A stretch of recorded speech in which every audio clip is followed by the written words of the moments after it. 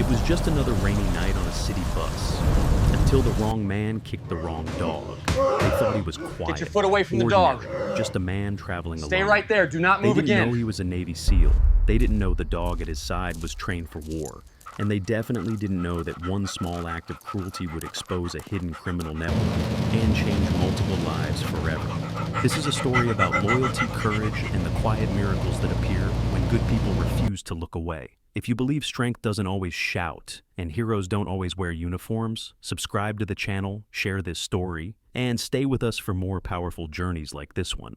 Cold rain stitched the harbor city together, blurring sodium lights into trembling halos as night settled over steel and water. Ryan Cole stood beneath the flickering shelter of a bus stop near the docks, rain beating on the brim of his cap and darkening the shoulders of his jacket. He was 34, tall and broad-shouldered, at just over 6'2", built with the dense, economical muscle of a man who trained for function rather than vanity. His hair was cut regulation short, a dark ash brown that looked almost black when wet, and his skin carried the weathered bronze of years spent under equatorial suns and salt air. His face was all angles, high cheekbones, a squared jaw with a faint scar along the left side, and eyes the color of cold steel, steady and watchful. He moved with the quiet economy of a soldier even now, on leave, posture straight without stiffness, hands relaxed but ready, weight balanced as if the ground itself were an unreliable surface. Ryan did not fidget. He never had. Discipline had been carved into him early, then sharpened by war. At his left side sat Rex. The dog was a Belgian Malinois, 8 years old, lean and powerful, with a short fawn coat darkened along the muzzle and ears. His eyes were amber and intelligent, his expression alert but controlled. A thick, reinforced collar hugged his neck, scarred from use, and beneath it the muscle flowed like coiled cable. Rex was not merely trained. He was conditioned through years of military service to read intention, to ignore chaos unless commanded otherwise. He sat upright despite the rain, tail still, ears pivoting subtly at every new sound. Ryan rested 2 fingers lightly against Rex's collar, not restraining him, but anchoring them together, a habit formed through countless operations, where silence meant survival. Ryan had come back to the port city only hours earlier, discharged temporarily from his unit after a mission that had gone wrong in quiet ways that never reached headlines. He had not asked for leave. The decision had been made above him after an explosion took 2 men and left Ryan alive with the knowledge that his call had put them in the wrong place at the wrong time. He had followed protocol. He always did. That knowledge did not soften the weight. It only made it heavier. Since then, he slept lightly, listened too much, and avoided crowds when he could. Tonight, the rain in a broken-down vehicle had forced him onto public transport, something he disliked but accepted without complaint. The bus arrived with a hydraulic sigh, doors opening to spill warm air and the smell of wet coats. The driver, a middle-aged man with tired eyes and a graying beard, glanced down at Rex with hesitation, but said nothing when Ryan met his gaze. Ryan paid, nodded once in thanks, and guided Rex toward the rear with a single hand signal. The bus was sparsely populated, dock workers, a few students, a woman clutching grocery bags. Ryan chose a seat near the back exit, where he could see the aisle, the doors, and the reflection of the driver in the mirror. He sat with his back straight, knees apart, forearms resting loosely on his thighs, Rex folding neatly at his feet. 3 stops later, she boarded. The woman was young, mid-20s at most, with dark hair pulled into a loose ponytail that had begun to fray under the rain. She wore a plain coat over simple clothes, her posture tense with fatigue. Her face was pale, eyes shadowed, and she moved with the cautious awareness of someone accustomed to navigating spaces that did not feel safe. She sat 2 rows ahead of Ryan, near the window, shoulders hunched inward as if trying to take up less space in the world. Ryan noticed the way her gaze flicked toward the back of the bus, then away, the subtle tightening of her jaw.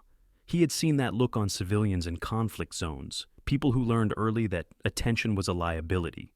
The bus rolled on, rain hammering the roof, until 2 men climbed aboard at the next stop. They brought noise with them, laughter too loud, voices sharpened by drink. One was short and wiry with a shaved head and restless eyes, his movements quick and aggressive. The other was larger, thick through the chest and neck, wearing a hooded jacket that strained against his bulk. They scanned the bus, not for seats but for reactions. The smaller one spotted the young woman and smiled without warmth. He slid into the seat behind her, leaning forward into her space, while the larger man stood in the aisle, blocking her line of retreat.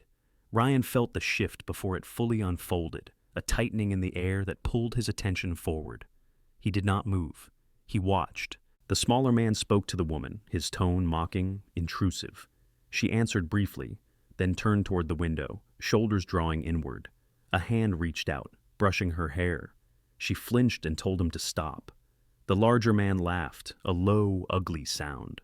Around them, other passengers stared at their phones or the floor. Ryan understood the paralysis. Fear was contagious, and intervention carried risk. He felt the familiar internal debate rise and settle almost instantly. He was on leave. He was not in uniform. He did not want attention. None of that mattered.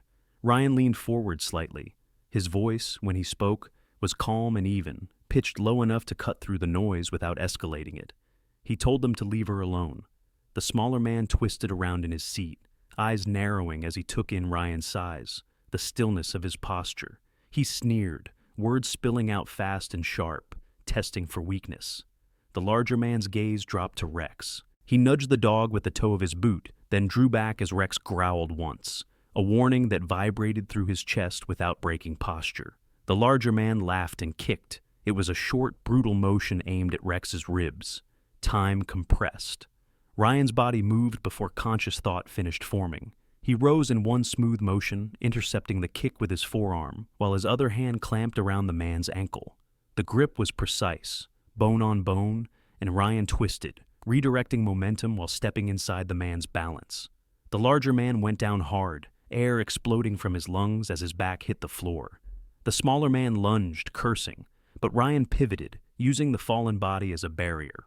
A controlled strike to the wrist sent a cheap knife skittering across the aisle. Ryan followed with a short, brutal sweep that put the man on his knees, then a firm palm to the chest that pinned him against a seat. Rex did not break position. He remained seated, eyes locked on Ryan, awaiting command, the picture of discipline amid chaos. Ryan kept his voice steady, instructing the men to stay down. He applied pressure just enough to immobilize, careful not to crush windpipes or break bones unnecessarily. His movements were efficient, impersonal, the way they had been drilled into him. Neutralize, control, disengage. Within seconds, both men were breathing hard, shock replacing bravado. The bus had gone silent except for the rain. Ryan released them, stepping back slowly, hands open. He told the driver to open the doors. The men stumbled off into the wet night, swearing, humiliated more than injured. Ryan returned to his seat, heart rate already settling, the familiar hollow calm sliding back into place. He checked Rex with a brief glance. The dog met his eyes, tail giving one controlled wag. The young woman sat frozen, hands shaking. Ryan spoke to her gently, asking if she was hurt. She shook her head, voice barely audible as she thanked him. He nodded once, accepting without comment, and turned his gaze toward the window as the bus lurched forward. He did not notice the phone lifted several rows back, its camera quietly recording the aftermath. As the city slid by, rain streaking the glass, Ryan felt the unease return, sharper now. Intervention always had consequences. He had learned that lesson in places far from home.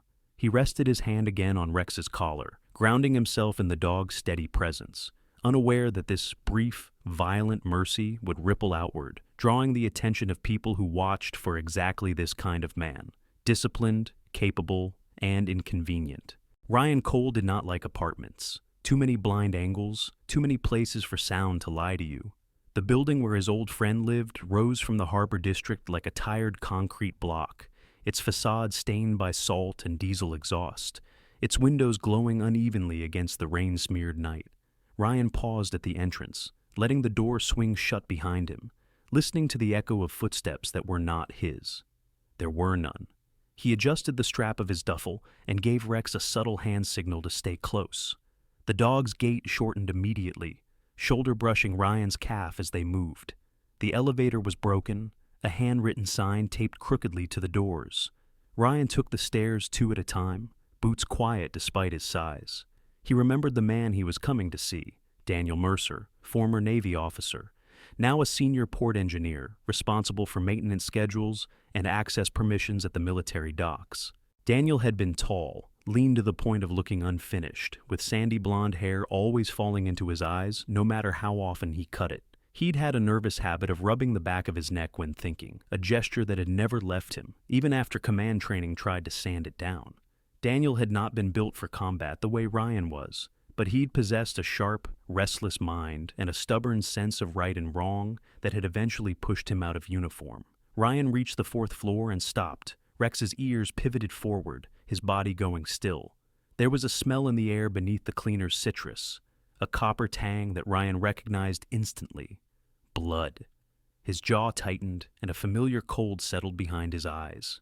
He moved down the hallway, passing doors with muted televisions and distant voices, until he reached apartment 4C. The door was closed, but the frame bore a hairline crack near the lock. Wood fibers bruised inward. Ryan did not knock. He shifted his weight, placed his shoulder against the door, and pushed just enough. The latch gave with a soft click. Inside, the apartment lay half-lit by a kitchen bulb left on. Furniture had been disturbed, not violently, but with purpose. Drawers pulled out, couch cushions displaced, a laptop bag emptied on the floor. Daniel lay near the kitchen counter, one arm bent awkwardly beneath him, face turned toward the tile. His eyes were open, glassy, fixed on nothing. Ryan knelt, 2 fingers at Daniel's neck. Cold. He closed his eyes for a fraction of a second, then opened them again, cataloging details the way training demanded. There was a contusion along Daniel's temple, faint but deliberate, and a single puncture wound low on his chest, just beneath the sternum. Small caliber, close range. The scene had been arranged to look clumsy. Overturned chair, a broken mug. But the kill itself was clean, too clean for an accident. Rex circled once, nose low, then stopped near the bedroom doorway. He let out a quiet huff, not a growl, but a signal. Ryan followed, scanning the room. The bed was unmade, sheets pulled back. A safe behind a painting hung open and empty.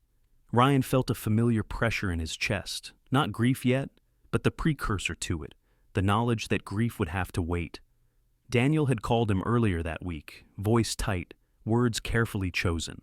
"Something's wrong at the port," he'd said. "If anything happens to me, don't trust the first answer you get." Sirens wailed in the distance, growing closer. Someone had called it in. Ryan rose, hands curling briefly into fists, then loosening.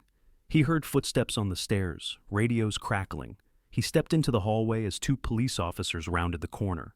They were young, one male, one female, uniforms crisp, expressions already settling into practiced neutrality. Behind them came a man in a wrinkled suit with thinning dark hair and a paunch that strained his buttons. His tie was loose, collar damp with sweat despite the cold.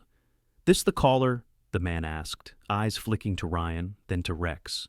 His gaze lingered with open annoyance. "Yes," Ryan said evenly. "I found him." The man introduced himself as Detective Harold Price, mid-50s, the kind of cop who looked permanently tired, his eyes sharp but dulled by routine.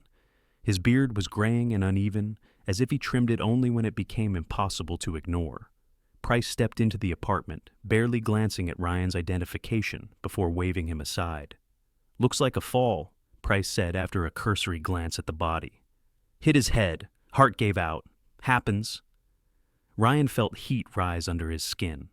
"He was shot," he said quietly. Price snorted. "You military types see ghosts everywhere." He crouched, poked at the wound with a gloved finger, then stood. "Could be from the fall. We'll let the coroner sort it out." Ryan watched the detective's movements, the lack of curiosity, the way his eyes slid past the open safe, the staged mess. Either Price was incompetent, or he didn't want to see. Neither option sat well. "Daniel Mercer didn't fall," Ryan said. "He was careful, methodical." Price's eyes hardened. "You, his brother?" "No." "Then step back and let us do our jobs." Ryan did. He knew when to push and when to file something away for later. He knelt beside Rex as paramedics arrived, their movements brisk, professional, already resigned. As the body was lifted, Ryan noticed something else, a faint scuff mark near the collar of Rex's heavy-duty strap. It hadn't been there earlier. He ran his fingers along the reinforced stitching, slow and deliberate. Beneath the outer layer, he felt it, a rigid shape where there should have been none. Hours later, after statements were taken and the apartment sealed, Ryan stood outside under the rain again. The city lights reflected in puddles like broken glass. He unclipped Rex's collar, turning it in his hands. With a small blade from his pocket, he carefully sliced the inner seam. A compact external hard drive slid free into his palm, wrapped in plastic. Ryan stared at it, understanding crashing over him. Daniel hadn't trusted banks, or clouds, or anyone else. He'd trusted Ryan. And Rex. Ryan replaced the collar, sealing it as best he could, then slipped the drive into his jacket. His mind was already working through contingencies, the port, military shipments, access logs Daniel would have seen. Someone had killed him for what he knew, and someone else had helped smooth it over. Rex looked up at him, eyes steady. Ryan rested his forehead briefly against the dog's, drawing strength from the familiar presence. "Good work," he murmured.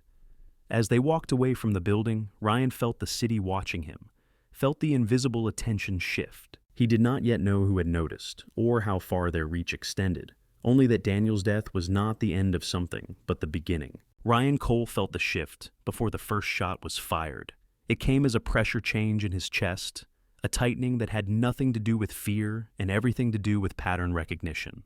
He had left Daniel Mercer's building less than an hour earlier, rain still falling in a steady needling sheet, when the city around him subtly changed. Traffic thinned too quickly. Footsteps echoed where they should have been absorbed.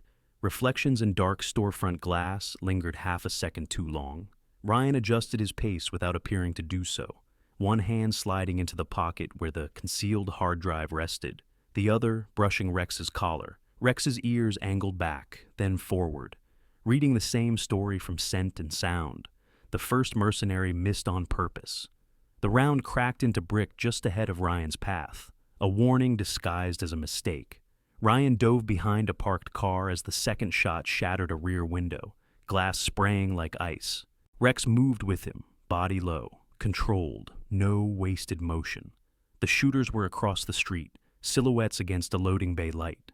Two men in dark rain gear, professional enough to space their shots and sloppy enough to announce their presence. Ryan did not fire back. He ran. He cut through an alley that stank of oil and rot, vaulted a chain-link fence, and burst onto a service road that led toward the industrial quarter. Another shot found him there, grazing his left shoulder, a white-hot line of pain that stole his breath but not his balance.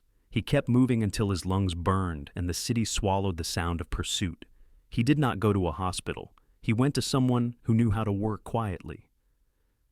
Lena Morozova lived above a closed bakery near the river, in a building that had been renovated just enough to be habitable. She was 32, tall and slender without being fragile, her frame long-limbed and deceptively strong from years spent lifting patients and equipment. Her hair was dark blonde, usually braided tight when she worked, now loose and falling in waves to her shoulders. Her skin was pale, unmarked except for a faint scar near her left eyebrow. Shrapnel, years ago, from the same night she had first met Ryan. Her eyes were gray-green, sharp and observant. The eyes of a surgeon who had learned to read a body the way others read maps. Ryan climbed the stairs to her apartment with blood soaking into his jacket, Rex guarding his flank. Lena opened the door with a scalpel already in hand, recognition flaring into controlled urgency. She took in Ryan's posture, the set of his jaw, the way he favored his shoulder. "Inside," she said, voice calm, accented just enough to hint at Eastern Europe without placing it. She locked the door, drew the blinds, and guided him to a chair under a harsh kitchen light. She cut away fabric, cleaned the wound with practiced efficiency. Ryan watched her hands, steady, precise, hands that had closed arteries under fire. "They're hunting me," he said, not as an apology, but as a fact. "I assumed," Lena replied. She stitched without anesthesia. Ryan did not flinch. The silence between them carried memory. They had met in a desert field hospital years ago, when Ryan had carried 3 wounded men through fire and collapsed at her feet, empty of blood and options. She had kept him alive through sheer stubborn competence. Since then, their lives had diverged, but trust remained. Rex lay by the door, eyes tracking shadows through the gap beneath it. He was 8, scarred along the ribs and muzzle, his once black nails worn blunt by concrete and time. He had learned to be gentle only when commanded. Lena glanced at him, nodded once in respect. Ryan told her about Daniel, about the hard drive, about the police. Lena listened, jaw tightening. "You can't keep running," she said finally. "You're bleeding. They'll keep pushing." Ryan met her gaze. "I know." They worked together then, not as patient and doctor, but as veterans of different fronts. Lena pulled an old trauma kit from beneath the sink, supplies she'd never fully let go of. Ryan laid out a plan, short and brutal, shaped by experience. He would stop being prey. Rex would be his edge. Outside, a car idled too long. Rex growled, low and lethal. Ryan stood, pain flaring, mind clear. The hunt had begun, and Ryan Cole was done running. Ryan Cole waited until the tide turned. The harbor breathed differently then, the water slapping pilings with a softer rhythm, engines idling lower, men growing careless with the promise of movement soon to come. He lay prone atop a rust-streaked warehouse roof, rain gone now, the night cold and clean, stars veiled by industrial haze. Below him sprawled the restricted port sector Daniel Mercer had once overseen. Container Yard 9, its perimeter lights forming a hard rectangle against the dark, cameras panning in predictable arcs. Ryan's body was still, long muscles relaxed but ready, beard shadowing a jaw set with purpose. The wound in his shoulder tugged when he shifted, a reminder of urgency rather than limitation. At his side, Rex lay flat, 8 years old and all sinew and intent, ears flicking at distant sounds, amber eyes fixed on Ryan's hand. Ryan reviewed the plan one last time. No theatrics. Evidence first. Disruption second. Escape always optional. Ways. He slid down a maintenance ladder, boots finding rungs without a sound, and crossed the shadowed service lane, with Rex ghosting beside him. The dog's coat blended with darkness, his breathing shallow and controlled. A guard appeared at the corner. A young man, average height, thick jacket, the bored posture of someone paid to stand rather than think. Rex tensed. Ryan gave a single, precise signal. Rex moved. He did not bark. He flowed, low and fast, teeth clamping onto fabric and arm, a clean takedown that pinned without maiming. The guard hit the ground, stunned, air forced from his lungs. Ryan was there an instant later, securing the man with zip ties and dragging him into cover. Inside the warehouse, the air smelled of oil and cold metal. Crates were stacked with military neatness, stenciled codes half scrubbed. Ryan moved aisle to aisle, photographing manifests, serials, shipping routes, his mind mapping the network Daniel had died to expose. He plugged the hard drive into a terminal, fingers flying, and watched as data bloomed. Contracts, schedules, payoffs. A voice echoed behind him. "Still playing soldier, Cole?" The man stepped into the light, tall and broad, shoulders squared by habit rather than youth.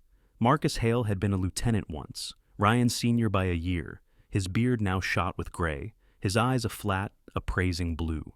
His hair was cut close, regulation perfect despite the years, and his face carried the hard lines of someone who had chosen certainty over conscience. He wore a civilian coat that did not quite hide the pistol at his hip. "You should have stayed gone," Hale said, voice calm, almost regretful. "This shipment moves tonight." Ryan closed the laptop, straightened, and met his gaze. "You sold your oath," he replied. Hale smiled thinly. "I traded it for leverage." They circled amid the crates, men shaped by the same discipline, different ends.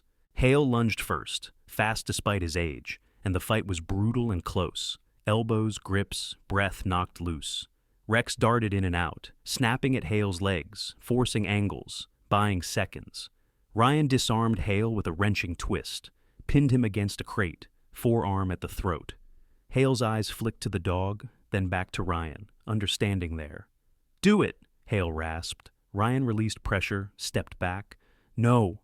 He cuffed Hale to a steel beam instead, smashed the laptop with a boot, then lit the charges he had set along the crate seams. He transmitted the data, every file, every route, to the Navy and the FBI, watched the confirmation pings stack. Sirens rose in the distance. Ryan whistled. Rex returned, tail low, work done. They slipped into the dark as the first crate bloomed into fire, the shipment dying before it could leave the dock. Spring arrived quietly, the way Ryan Cole preferred things to arrive. It crept in along the harbor in pale mornings and longer light, easing the cold from steel and water without ceremony. The investigation closed the same way. No press conference, no name in headlines, just sealed folders, signatures, and the soft finality of orders rescinded. Ryan stood in a small federal office with neutral walls and a flag that did not stir, his posture straight, beard trimmed close, eyes steady. He was 34 and looked older only in the way men do after they've carried responsibility long enough to make it permanent. A senior officer read from a citation in a measured voice, detailing decisive action, preservation of evidence, protection of civilians. Ryan listened without expression. When the medal was placed in his hand, cool and heavy, he nodded once and slipped it into his pocket. He did not smile. He had learned long ago that closure was not something you received. It was something you built. Rex waited outside the building, sitting square and proud on the concrete, as if guarding a doorway to a life that was finally opening instead of closing. The Belgian Malinois was grayer now around the muzzle, his amber eyes softer but no less alert. 8 years had etched experience into him rather than age. His coat shone with health, the scars along his ribs and neck healed cleanly. When Ryan stepped into the sunlight, Rex rose and pressed his shoulder against Ryan's leg, a familiar weight that grounded him. Ryan rested a hand on the dog's head, fingers spreading through short fur, and felt the knot in his chest loosen just enough to breathe. The separation papers were signed a week later.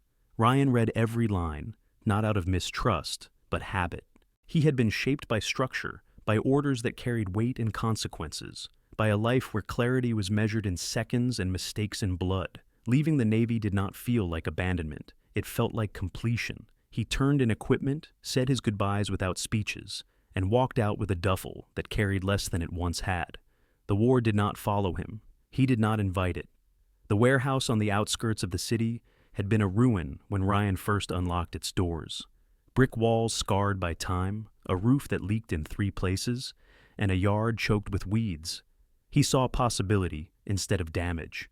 Over months, he worked with the same patient efficiency that had carried him through missions, repairing beams, installing fencing, building kennels with space and light.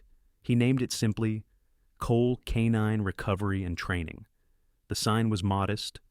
The work was not. Ryan found his rhythm there. He rose before dawn, ran the shoreline with Rex while the city slept, salt air burning clean in his lungs. He trained dogs others had written off, military working dogs retired too early, service dogs fractured by trauma, animals whose loyalty had outlived their usefulness in bureaucratic terms. He was quiet with them, firm without cruelty, consistent above all. Discipline, he knew, was not punishment, it was safety. The dogs responded. Some took weeks, some months. Ryan gave them time. He had learned what it meant to need it. Lena Morozova joined the work gradually, as if testing the ground. She visited first with supplies and advice, then with hands-on care. In daylight, she looked younger than the nights they'd shared under pressure, tall and lean, hair now often tied back in a practical knot, skin warmed by sun rather than fluorescent bulbs. She wore comfortable clothes that allowed movement, her posture relaxed but attentive. Her eyes remained sharp, the gray-green steady, but there was less steel in them now, more curiosity. She worked as a veterinarian part-time, translating her trauma expertise to paws and fur with the same precision she'd once applied to soldiers. They did not rush anything. Their conversations were practical at first. Schedules, cases, funding. Trust grew in the margins, in shared silence and unspoken understanding. Lena laughed more here. Ryan noticed it the way he noticed wind shifts and tide lines. When they disagreed, it was measured, respectful. Both had learned the cost of ego. The dogs noticed first. Rex accepted Lena fully, leaning into her touch, watching her with the quiet approval he reserved for people who understood boundaries. Others followed. A scarred German shepherd named Atlas learned to sleep through thunderstorms. A nervous Malinois pup named Kira found confidence on the training field, the yard filled with purposeful motion, not chaos. On a clear morning months later, Ryan paused at the edge of the beach, shoes damp, Rex panting happily beside him. The city skyline rose behind them, no longer a cage of shadows, but a familiar shape against the light. Ryan felt something settle inside him. An alignment he had chased without knowing its name. He was not running anymore. He was choosing where to stand. That afternoon, Lena arrived with coffee and a folder of adoption inquiries. She stood beside Ryan at the fence, watching dogs work. "This place works," she said softly. Ryan nodded. "They do." Rex barked once, sharp and joyful, and sprinted toward the water. Ryan followed, feet pounding sand, breath even, heart unburdened. The storm had passed. What remained was work worth doing, loyalty earned, and a life built deliberately, one quiet morning at a time. Sometimes miracles don't arrive as thunder or light from the sky.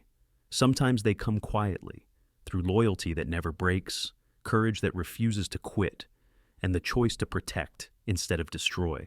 Ryan's journey reminds us that even after darkness, betrayal, and loss, a new life can still be built with patience, integrity, and faith. In our everyday lives, we may not face gunfire or shadows, but we all face storms of our own. And just like Ryan, we are given small miracles every day. A second chance, a helping hand, a loyal heart beside us, or the strength to stand up when it matters most. If this story moved you, let it be a reminder that goodness still matters, that bravery still has a place in the world, and that choosing the right path, especially when it's hard, can change more lives than we ever see. Please share this story with someone who needs hope today. Leave a comment to let us know what part touched your heart, and subscribe to the channel so you don't miss stories of courage, redemption, and quiet miracles. May God bless you and your loved ones. May He watch over your steps, protect your hearts, and grant you strength in hardship and peace after every storm. Amen.